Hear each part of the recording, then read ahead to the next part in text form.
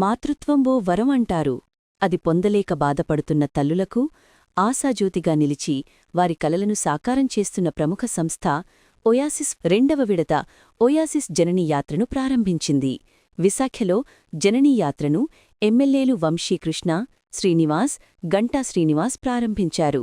ప్రస్తుత జీవనశైలి, పర్యావరణ కాలుష్యం, జంక్ ఫుడ్లతో మాతృత్వం మసకబారుతోంది. ఈ తరుణంలో తల్లుల సమస్యలను గుర్తించి వాటిని పరిష్కరించడమే కాకుండా సంతాన భాగ్యాన్ని కల్పిస్తోంది.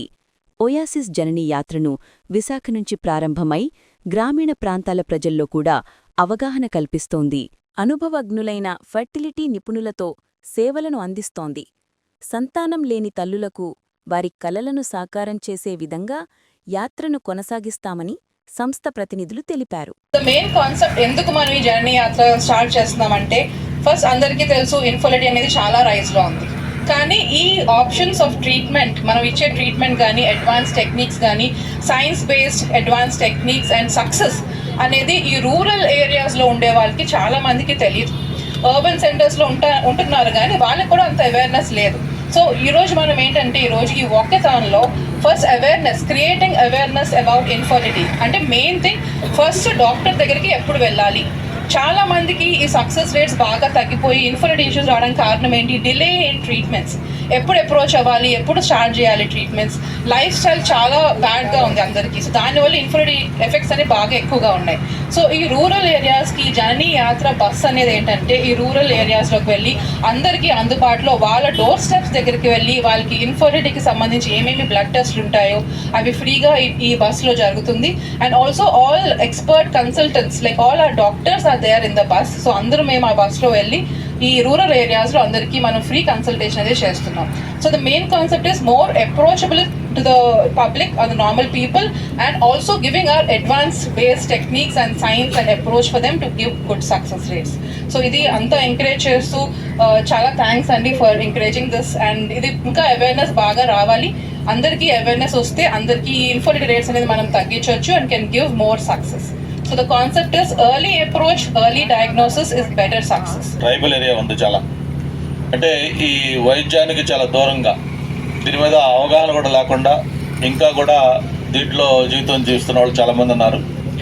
వాళ్ళందరికీ కూడా ఒక అవగాహన కల్పించే విధంగా ఈ ఇనిషియేషన్ తీసుకున్నందుకు మనస్ఫూర్తిగా అందరూ కూడా అభినందించాలి.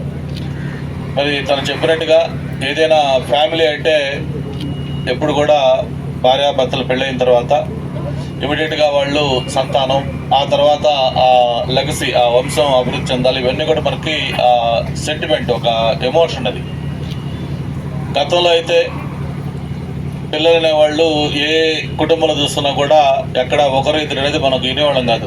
పాత పెద్ద ఇప్పుడు మా జనరేషన్ లేకపోతే ఇంకా అంతకుముందు వాళ్ళు అయితే ఫ్యామిలీ అంటే 10 మంది పిల్లలు, 6 పిల్లలు, 7 అట్లా ఆ విధంగా ఉండేది. అదైన తర్వాత కొంతకాలం అయిన తర్వాత 2 పిల్లలు చాలంటే కొంత స్లోగన్స్ వచ్చి పబ్లిసిటీ చేసి దాన్ని ప్రభుత్వం కూడా ప్రాపగాండ చేసింది. ఆ తర్వాత ఒక్క చైల్డ్ చాలు అని చెప్పి కూడా చేసుకున్నారు. ఆ తర్వాత మళ్ళీ మనం చూస్తే 1 or none అన్నారు. అంటే కొంతమంది ఇప్పుడు లేటెస్ట్గా కూడా ఏమవుతుందంటే, అసలు పిల్లలే లేకుండా ఉంటే సరిపోతుంది కదా ఎందుకు అనే ఒక కాన్సెప్ట్ కూడా కొంతకాలం జరిగింది. ప్రభుత్వాలు కూడా ఏదైతే ఈ డెమోగ్రఫిక్ డివిడెండ్స్ ఇవన్నీ కూడా దృష్టిలో పెట్టుకొని ఈరోజు ప్రభుత్వమే ఎంకరేజ్ చేస్తూ ఉంది. పిల్లల్ని ఎక్కువ మంది కనాలి, పాపులేషన్ పెంచాలి. ముఖ్యంగా చాలా దేశాలు అయితే, ఇప్పుడు జపాన్ లాంటి కంట్రీ అయితే మీకు తెలిసి చూస్తూ ఉన్నాం, అక్కడ యూత్ అనేది వెరీ వెరీ మినిమం అయిపోయింది. అంటే ఆ కంట్రీ ఇట్సెల్ఫ్ అది ఒక ఓల్డ్ కంట్రీ కింద తయారైంది. అలాగా ఈరోజు మొన్నే మాకు చంద్రబాబు నాయుడు గారు కూడా గవర్నమెంట్ వచ్చిన తర్వాత, అంతకుముందు ఆయనే దీన్ని ప్రమోట్ చేశారు. 1 or none లేకపోతే ఒక్క చైల్డ్ చాలు ఇట్లా ప్రమోట్ చేసిన వాళ్ళు మొన్నే స్పెసిఫిక్గా చెప్పారు. అప్పుడు ఇట్లా ప్రమోట్ చేసాం పిల్లలు తక్కువ ఉండాలని, ఇప్పుడు నేనే చెప్తా ఉన్నాను మళ్ళీ పిల్లల్ని ఎక్కువ మంది కనండి అని చెప్పని చేయడమే కాదు, గతంలో లోకల్ బాడీస్ ఎలక్షన్ ఇట్లన్నింటిలో కూడా 2 పిల్లల కంటే ఎక్కువ మంది ఉంటే వాళ్ళు కంటెస్ట్ చేయడానికి కూడా ఎలిజిబుల్ కాదు. అంటే ఒక ఫ్యామిలీకి ఏదైనా 2-3 పిల్లలు ఉంటే వాళ్ళు ఎలక్షన్ కూడా కంటెస్ట్ చేయకూడదు. అటువంటి రూల్స్ ఉన్నాయి. అవన్నీ కూడా మార్చేసి ఇప్పుడు మళ్ళీ ఆ రూల్ కూడా తీసేశారు. ఇప్పుడు ఎంతమంది పిల్లలున్నా వాళ్ళు కంటెస్ట్ చేసుకోవచ్చు. అంటే ప్రభుత్వం ఎంకరేజ్ చేస్తూ ఉంది. కొన్ని దేశాలు అయితే వాళ్ళకి రివార్డ్స్, ఇన్సెంటివ్స్ ఇస్తున్నారు ఎక్కువ మంది పిల్లలు కానీ ఫ్యామిలీలో ఉంటే. అట్లాగా ఈరోజు ఇవన్నీ చేస్తున్న నేపథ్యంలో ఎన్ని చేసినా కూడా డ్యూ టు లైఫ్ స్టైల్ కావచ్చు, స్ట్రెస్ కావచ్చు, ఫుడ్ హ్యాబిట్స్ కావచ్చు, ఒబెసిటీ కావచ్చు, రీజన్స్ ఏదన్నా ఈ ఫెర్టిలిటీ ఇది అనేది మాత్రం కొంత తగ్గుతూ వస్తూ ఉంది. ఎగ్జాక్ట్లీ ఇక్కడే మన ఓయాసిస్ లాంటి ఒక రిపీటెడ్ ఇన్స్టిట్యూషన్స్ ఏదైతే దానికి రీజన్స్ ఉన్నాయి దాన్ని కొంచెం డయాగ్నోస్ చేసి వాళ్ళ ఉన్న ఇబ్బందులు ఏంటి, ఏ విధంగా వాళ్ళు జాగ్రత్తలు తీసుకుంటే అది బెటర్గా వాళ్ళకి పాసిబిలిటీ ఉంటుంది పిల్లల కంటానికి, ఇవన్నీ కూడా అవేర్నెస్ కల్పిస్తూ వాళ్ళు ముందుకు తీసుకెళ్తా ఉన్నారు. దానికి వాళ్ళని మనస్ఫూర్తిగా అభినందించాలి. అయితే ఇక్కడ నేను రాధికాకి వాళ్ళ టీం రాజుగారు ఉన్నారు, శ్రీదేవి మేడం ఉన్నారు, మిగతా అందరూ ఉన్నారు. కాబట్టి ఇక్కడ మీరు చేసే కార్యక్రమంలో ఒకటే నేను ఒక ప్రజాప్రతినిధిగా నేను కానీ వంశీ గారి తరఫున ఒకటే చెప్తా ఉన్నాను. పబ్లిక్లో ఏదైతే దీని మీద కొన్ని ఎక్కడో ఒకరిద్దరు చేసే చిన్న చిన్న వీటి వల్ల దీని మీద కొంచెం నెగిటివ్ ప్రాపగాండా కూడా అవుతూ ఉంది. ఎగ్జాక్ట్గా మీరు అక్కడే మీరు జాగ్రత్తలు తీసుకోండి. ఏదైతే గవర్నమెంట్ మీకు గైడ్ లైన్స్ పెడతా ఉందో, ఒక నామ్స్ ఫిక్స్ చేస్తూ ఉందో వాటిని మీరు తూచే తప్పకుండా ఫాలో కండి. మీరు న్యాయపరంగా చట్టపరంగా మీరు చక్కగా ఈ కార్యక్రమం చేసేందుకు మీకు బ్రహ్మాండమైన పేరు వస్తుంది. ఇప్పుడు ఎలాగైతే ఎప్పుడో మనం ఓపెన్ చేసుకున్న ఇది మళ్ళీ ఈరోజు ఎన్నో బ్రాంచెస్కి వెళ్ళిపోయింది.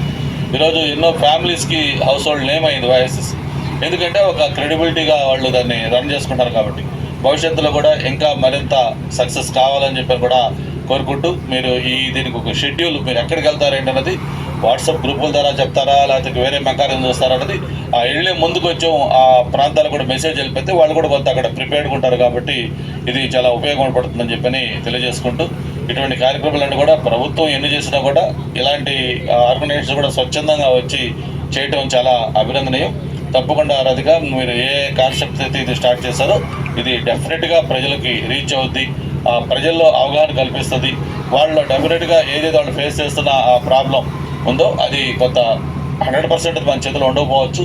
బట్ డెఫినెట్గా ఆ ఎర్లీ డిటెక్షను, దానికి సంబంధించిన మెడికేషను, లేకపోతే వాళ్ళకి ఆ లైఫ్ స్టైల్ చేంజ్ చేయడం ఏదైతే మీరు ప్రొఫెషనల్ ఎక్స్పర్ట్స్ ఉన్నారు కాబట్టి మీ గైడెన్స్ ప్రకారం వాళ్ళు తీసుకున్న తర్వాత అది మంచి వాళ్ళకి ఫ్రూట్ఫుల్గా రిజల్ట్స్ వస్తాయని చెప్పి కూడా తెలియజేసుకుంటూ